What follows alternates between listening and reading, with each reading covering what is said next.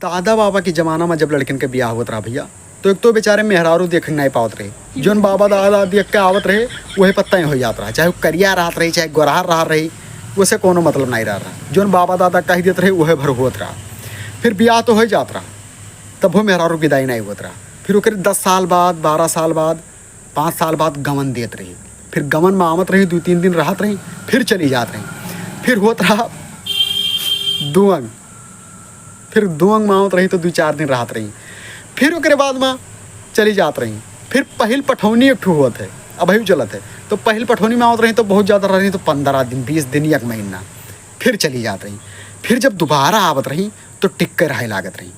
और फिर ओकरे बाद में जैसे 1 साल बीतत रहा, जैसे लड़के बच्चे पैदा करे चालू कर देते दे धड़ाधड़, हर साल लड़के बच्चे, हर साल पेट खलिए नहीं रह देते रहे।